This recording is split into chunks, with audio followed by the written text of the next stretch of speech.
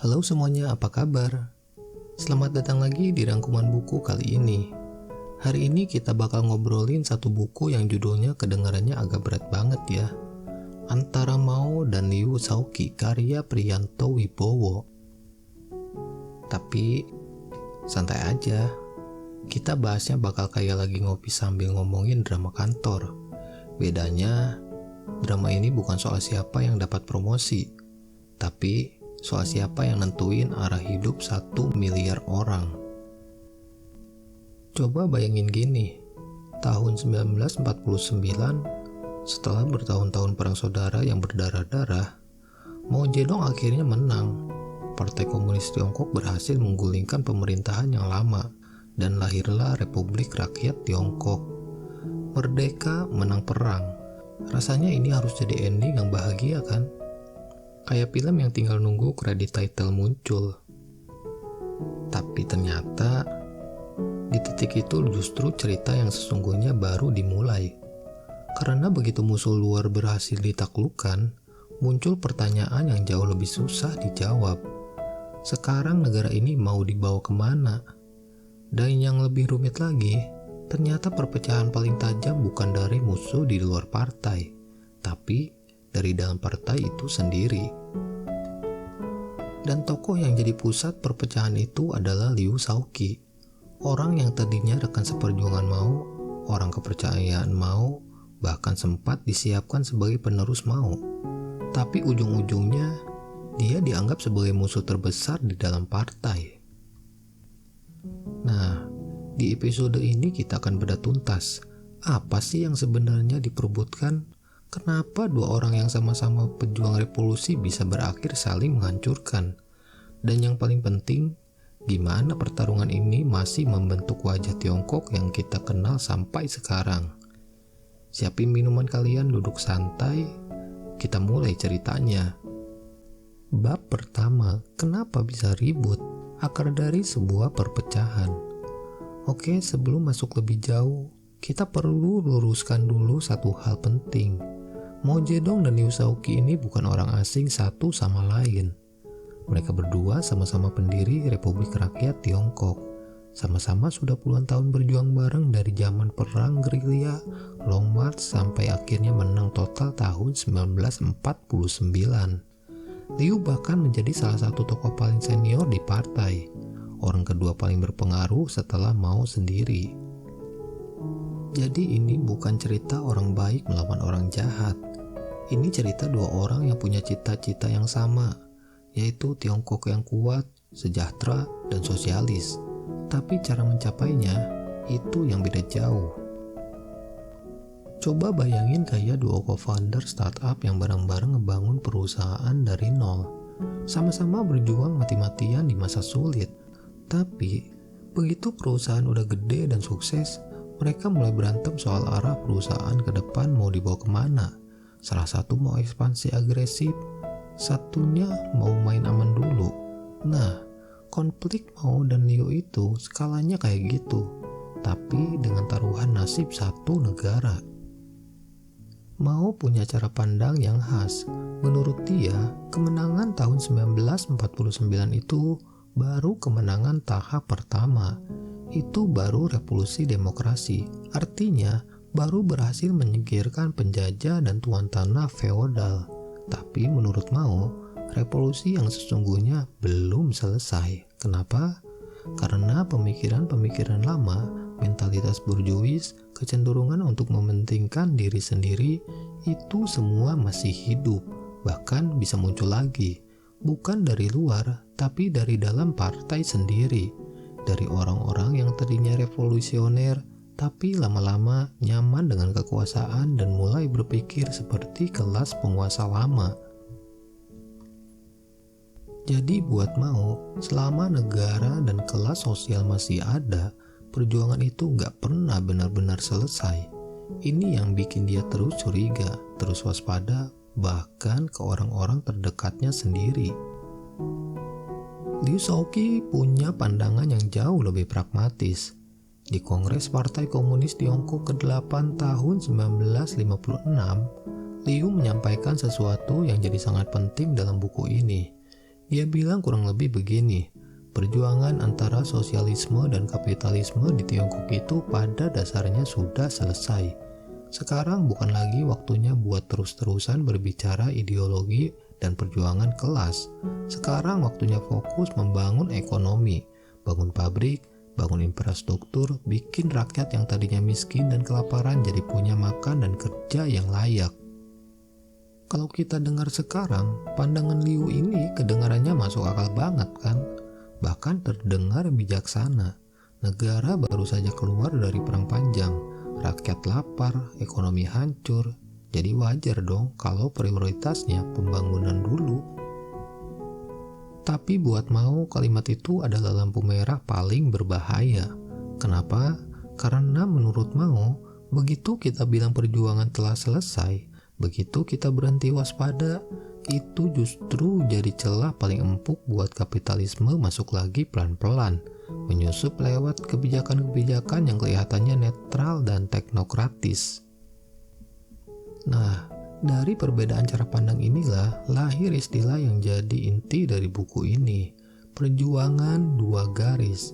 Dua jalan yang sama-sama ngaku sosialis tapi punya arah yang benar-benar berlawanan. Dan pertarungan dua garis ini bukan cuma perdebatan di ruang rapat. Ini pertarungan yang akhirnya melibatkan jutaan nyawa, jutaan nasib, dan menentukan wajah Tiongkok untuk puluhan tahun ke depan. Bab 2. Garis Mao, revolusi yang tak boleh berhenti. Sekarang kita masuk lebih dalam ke isi kepala Mao Zedong.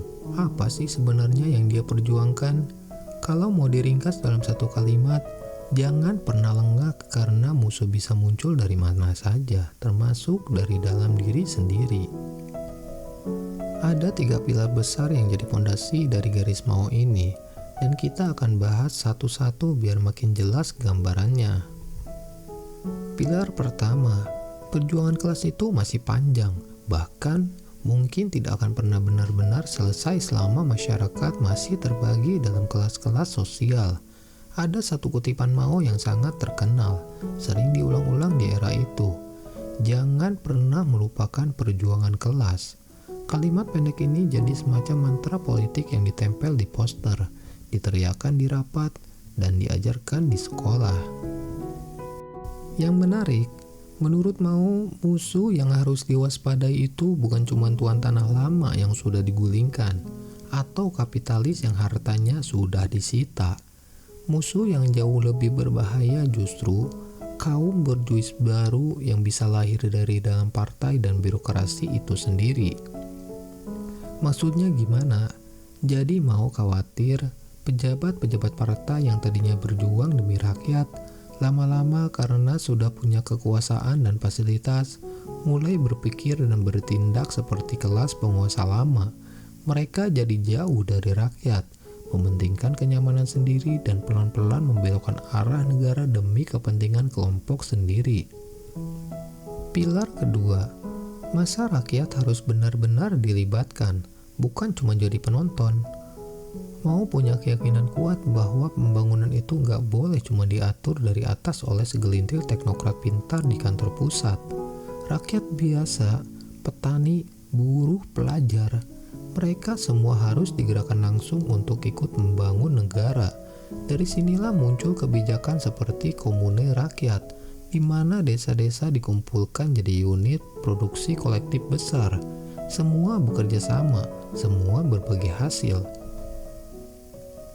Pilar ketiga, dan ini yang paling khas dari pemikiran Mao, ideologi harus selalu berada di atas segalanya, termasuk di atas pertumbuhan ekonomi semata. Menurut Mao, kalau ekonomi maju pesat tapi rakyatnya jadi materialistis, lupa cita-cita bersama dan cuma mikir kepentingan pribadi, yaitu sama saja dengan kekalahan, karena tujuan akhir revolusi bukan cuma soal angka pertumbuhan, tapi soal membangun manusia baru yang punya kesadaran kolektif. Puncak dari semua pemikiran ini adalah gerakan yang sangat terkenal sekaligus sangat kontroversial, revolusi kebudayaan, yang berlangsung dari tahun 1966 sampai tahun 1976. Ini adalah gerakan besar-besaran untuk membersihkan unsur-unsur kapitalis dan birokratis yang dianggap sudah menyusup ke dalam partai dan masyarakat. Sekolah-sekolah ditutup, kaum intelektual, guru, dosen dikirim ke pedesaan untuk belajar dari petani. Poster-poster wajah mau terpampang di mana-mana. Anak muda dibentuk menjadi kelompok yang disebut pengawal merah, yang bertugas mengawasi dan menindak siapa saja yang dianggap punya pemikiran kapitalis atau berjuis, bahkan kalau itu guru mereka sendiri atau orang tua mereka sendiri. Kontroversial, sangat. Banyak korban jiwa dan kehidupan yang hancur, iya. Dan buku ini tidak menutup-nutupi itu. Tapi menurut buku ini, tujuan Mao sebenarnya cukup jelas kalau kita memahami dari sudut pandangnya sendiri. Dia sangat takut Tiongkok akan bernasib sama seperti Uni Soviet setelah kematian Stalin, yaitu negara yang awalnya komunis tapi pelan-pelan berubah menjadi apa yang disebut Mao sebagai kapitalisme negara, di mana yang berkuasa tetap segelintir elit, cuma bajunya saja yang diganti jadi sosialis. Bab 3. Garis Liu. Ekonomi dulu baru yang lain. Sekarang kita pindah dulu sudut pandang ke kubu Liu Shaoqi. Kalau Mao itu sosok yang penuh gagasan besar dan visi ideologis, Liu Shaoqi ini tipe yang berbeda. Dia dikenal sebagai seorang teknokrat, orang yang jago urusan administrasi dan pemerintahan sehari-hari. Faktanya, sewaktu Mao lebih banyak fokus memikirkan arah besar ideologi dan strategi jangka panjang, Liulah yang banyak mengurus jalannya roda pemerintahan dari hari ke hari. Dia dikenal disiplin, rapi, dan berpikir secara praktis.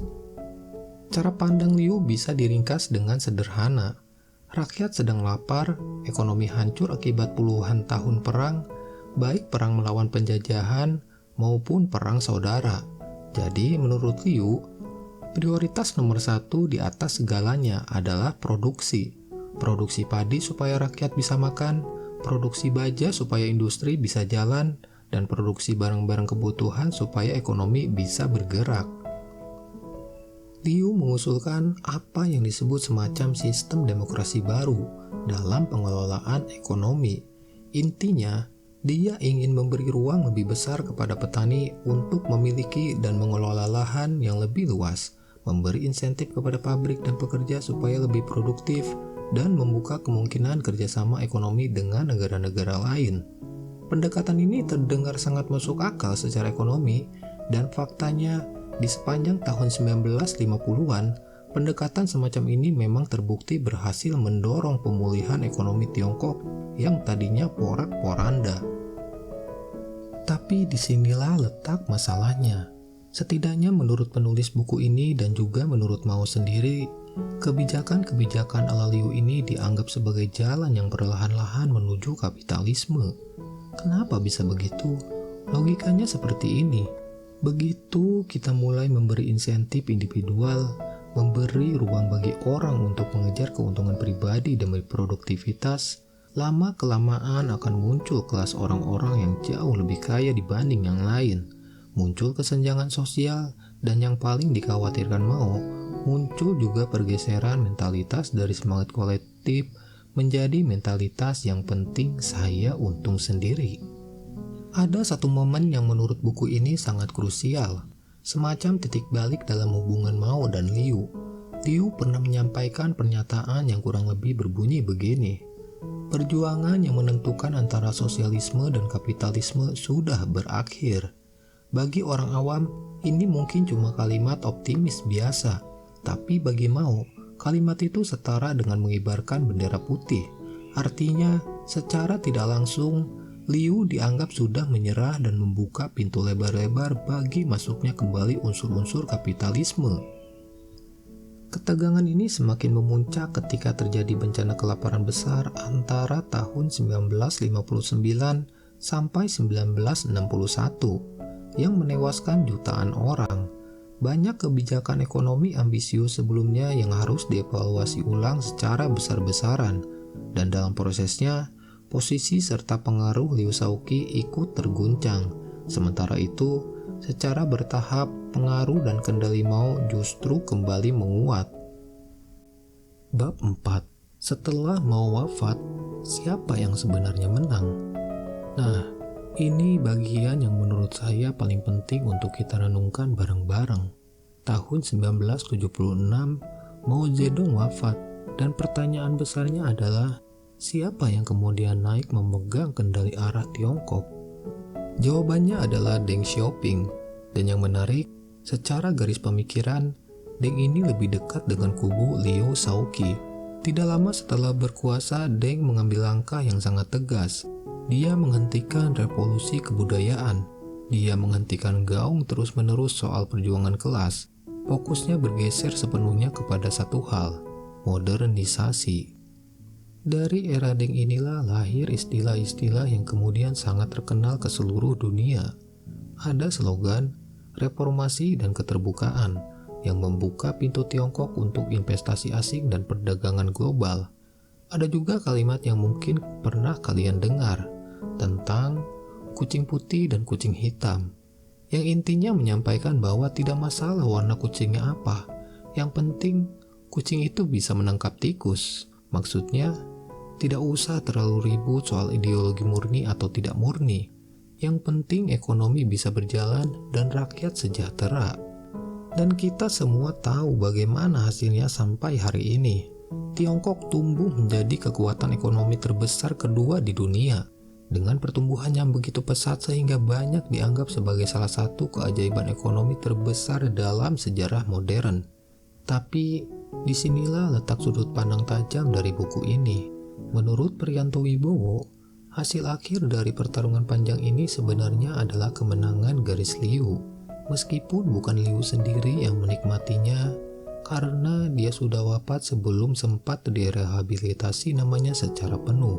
Yang menang adalah garis pemikirannya, garis pembangunan ekonomi dulu, sebuah bentuk kapitalisme dengan corak khas Tiongkok. Buku ini bahkan cukup berani menyebut bahwa Deng Xiaoping dan generasi pemimpin sesudahnya secara ideologi sebenarnya bukan lagi murni seorang Marxis dalam pengertian yang diyakini Mao. Mereka lebih tepat disebut nasionalis revolusioner. Artinya, motivasi awal mereka ikut berjuang dalam revolusi memang karena ingin mempersatukan Tiongkok dan mengembalikan martabat bangsa yang sempat direndahkan oleh penjajah dan perang. Tapi, begitu tujuan itu tercapai pada tahun 1949, prioritas mereka kemudian bergeser sepenuhnya ke arah pembangunan ekonomi praktis, bukan lagi mempertahankan kemurnian ideologi sosialis dalam pengertian Mao. Jadi muncul pertanyaan besar yang sebenarnya jadi inti dari seluruh buku ini. Siapa yang sebenarnya benar? Apakah Mao dengan segala idealismenya yang berdarah-darah dan penuh pengorbanan? Atau Liu dan Deng dengan pendekatan pragmatis yang pada akhirnya terbukti berhasil membuat rakyat Tiongkok jauh lebih makmur secara materi? Buku karya Priyanto Wibowo ini, kalau kita cermati dari cara penyampaiannya, jelas cenderung membela dan bersimpati pada garis pemikiran Mao. Tapi tentu saja, keputusan untuk menilai siapa yang benar itu sepenuhnya kita kembalikan kepada kalian sebagai pembaca dan pendengar. Penutup. Jadi, kalau kita coba tarik pelajaran dari buku antara Mao dan Liu Shaoqi ini, ada beberapa hal penting yang bisa kita bawa pulang. Pertama, revolusi itu ternyata tidak berhenti begitu saja setelah kemenangan di medan perang tercapai. Pertarungan gagasan, pertarungan arah, itu bisa terus berlanjut hingga puluhan tahun. Bahkan, di dalam lingkaran orang-orang yang tadinya berjuang bersama-sama, berbagi mimpi yang sama. Kedua, dalam setiap keputusan besar sebuah bangsa, selalu ada trade-off, selalu ada yang harus dikorbankan. Mau memilih idealisme murni atau mau memilih perut yang kenyang lebih dulu. Mau perubahan yang cepat dan radikal atau stabilitas yang pelan tapi pasti. Sejarah membuktikan tidak ada satu jawaban yang 100% benar untuk semua situasi dan semua zaman. Ketiga, dan ini mungkin pelajaran yang paling menohok, sejarah itu pada akhirnya ditulis oleh pihak yang menang. Selama kurang lebih 40 tahun terakhir, Kita lebih sering mendengar narasi tentang bagaimana Deng Xiaoping berhasil membawa Tiongkok menjadi maju dan kaya raya, tapi jauh lebih jarang kita mendengar argumen dari sisi yang lain. Argumen tentang bagaimana Mao sebenarnya sedang berusaha keras mencegah Tiongkok kehilangan jiwa dan cita-cita aslinya. Buku ini pada akhirnya mengajak kita untuk berpikir lebih dalam tentang satu pertanyaan besar yang sebenarnya relevan untuk bangsa manapun. Tidak cuma untuk Tiongkok. Sebuah negara itu sebenarnya mau dibawa ke arah mana, dan siapa yang berhak menentukan arah itu. Oke, sampai di sini dulu rangkuman kita kali ini. Terima kasih banyak sudah mendengarkan sampai akhir.